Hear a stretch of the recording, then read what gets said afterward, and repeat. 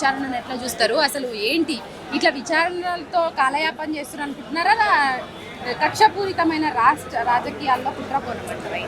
ఇది క్లియర్గా ప్రతి ఒక్కరికి అర్థమవుతున్న విషయమే. వాంటెడ్గా రేవంత్ రెడ్డి గారు రివెంజ్ పాలిటిక్స్ తీసుకుంటున్నాడు. గత 15 నెలల నుంచి మనం చూస్తున్నాము. ఇది మొదటిసారి కాదు. వాళ్ళు వచ్చిన ప్రభుత్వం అయినప్పటి నుంచి కూడా ప్రజల మీద దృష్టి కంటే ప్రతిపక్షమైన బీఆర్ఎస్ పార్టీ మీద, కేసీఆర్ గారి కుటుంబం మీదనే ఆయన ఫోకస్ అంతా ఉంది. ఇప్పుడు ఎలక్షన్లో గెలిచి వచ్చిన తర్వాత ఏ ముఖ్యమంత్రి అయినా తెలంగాణ ప్రజల వెల్ఫేర్ గురించే కానీ అభివృద్ధి గురించి ఆలోచించాలి. కానీ 15 months 16 months నుంచి మనము రాష్ట్రంలో ఏం జరుగుతుంది అంటే అభివృద్ధిని గాలికి వదిలేసిండ్రు, ప్రజల సమస్యలను గాలికి వదిలేసిండ్రు. ఎవరైనా ప్రశ్నించే వాళ్ళు ఎవరు ఉన్నా కూడా వారిని మీద అక్రమ కేసులు పెడుతున్నారు. ఈవెన్ జర్నలిస్టులను వదులుతలేరు, కామన్ పబ్లిక్ని వదలట్లేరు, ప్రశ్నించిన పార్టీలను కూడా వదిలే పరిస్థితి లేదు. ఇప్పుడు కూడా విచారణ పేరు మీద జస్ట్ టైం పాస్ చేయడానికి మాత్రమే రేవంత్ రెడ్డి గారు పిలిపించడం జరిగిందని క్లియర్గా అర్థమవుతుంది. ఎక్కడికి అమౌంట్ ట్రాన్స్ఫర్ చేసినా క్యాబినెట్ ఆమోదం అనేది, ఆర్థిక శాఖ అనుమతి అనేది important. At the same time ఆ టైంలో ఎలక్షన్ కోడ్ ఉందంట, ఆ టైంలో పంపించడం తప్పు అనేది వాళ్ళ ఆరోపణ. మెయిన్గా దాని మీదనే ఈ రోజు అంతా కూడా నడిచింది విచారణ. ఇప్పుడు అన్న క్లియర్గా చెప్పడం జరిగింది, నేను ఎక్కడ కూడా ఎలక్షన్ కోడ్ని ఉల్లంఘించలేదు.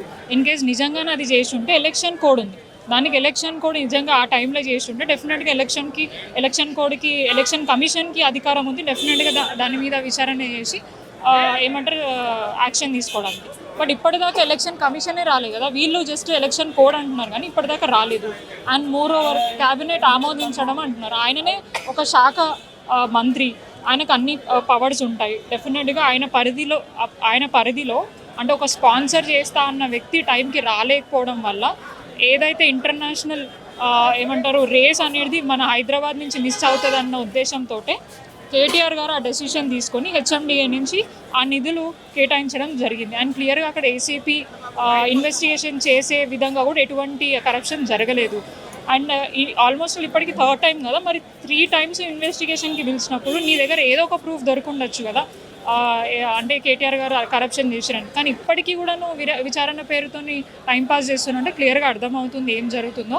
యాక్చువల్గా లోకల్ బాడీ ఎలక్షన్స్ అని చెప్పేసి రీసెంట్గా మంత్రులు మాట్లాడడం జరుగుతుంది. ఒక లీక్ జనాలకు వదిలి ప్రజలకి 42% బీసీ కోటా ఇస్తా అని చెప్పి, ప్లస్ సర్పంచ్ల సమస్యలను పక్కకు పెట్టి వాళ్ళ బిల్లుల గురించి, ఎందుకంటే గతంలో కూడా రేవంత్ రెడ్డి గారు సర్పంచ్లను బేస్ చేసుకుని ఎలక్షన్లకు పోయిండు డిస్టిక్ వాళ్ళ సమస్యలు పట్టించుకోకుండా ఇప్పుడు ఈ హడావిడిలో లోకల్ బాడీ నోటిఫికేషన్స్ ఇచ్చి ప్రజలు ఎవరు ప్రిపేర్ కాకుండా ఉండడానికి, ప్రజలు ప్రభుత్వాన్ని ప్రశ్నించకుండా ఉండడానికే ఇవన్నీ డైవర్షన్స్ పాలిటిక్స్ జరుగుతున్నదని క్లియర్గా అర్థమవుతుంది. స్థానిక ఎలక్షన్స్ దగ్గరలోనే ఉన్నాయి కాబట్టి సో ఇప్పుడు విచారణలో భాగంగా అట్లా కాలయాపన చేస్తున్నారా? నెక్స్ట్ టైం అందుబాటులో ఉండాలి విచారణకు అన్నటువంటి ఏసీపీ అధికారులు నెక్స్ట్ టైం అరెస్ట్ చేసే అవకాశాలు కూడా చాలా వరకు ఉన్నాయి.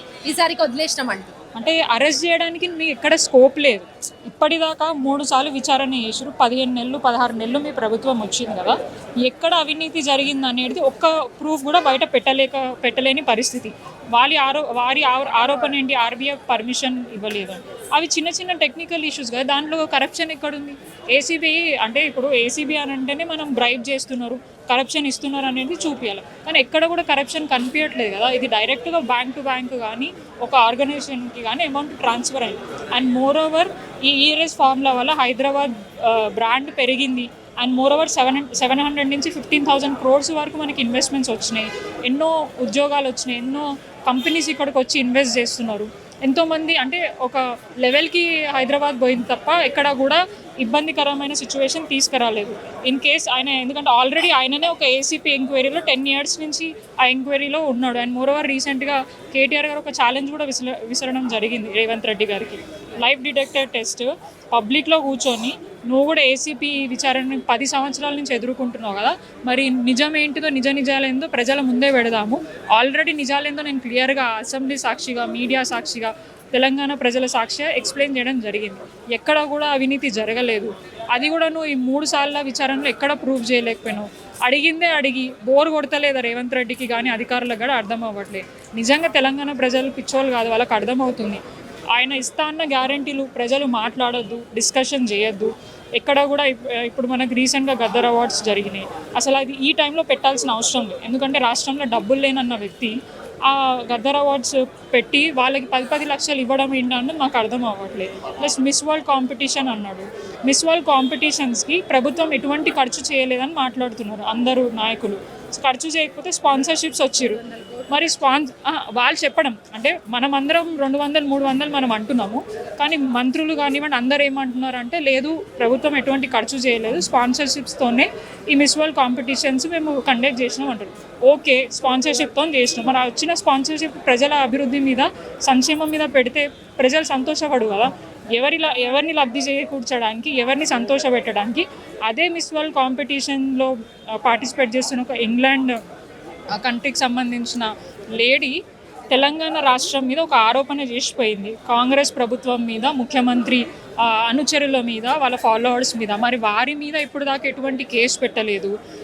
తెలంగాణ రాష్ట్రాన్ని తీసుకొచ్చి 10 సంవత్సరాల అభివృద్ధి పథంలో నిలబెట్టిన కేసీఆర్ గారి మీద, కేటీఆర్ గారి మీద కేసు పెట్టాలంటే ఫస్ట్ కేసు నీ మీద పెట్టాలా, నీ నాయకుల మీద పెట్టాలా. ఎవరైతే అమ్మాయిని చేయబట్టుకొని ఇబ్బంది పెట్టి ఇక్కడి నుంచి పారిపోయేటట్టు చేసిన మీలాంటి దొంగల మీద కేసు పెట్టి విచారణ నడిపించాలి. కానీ తెలంగాణ రాష్ట్రాన్ని అభివృద్ధి చేసి సంక్షేమంలో ముందుంచిన బీఆర్ఎస్ పార్టీ మీద కాదు.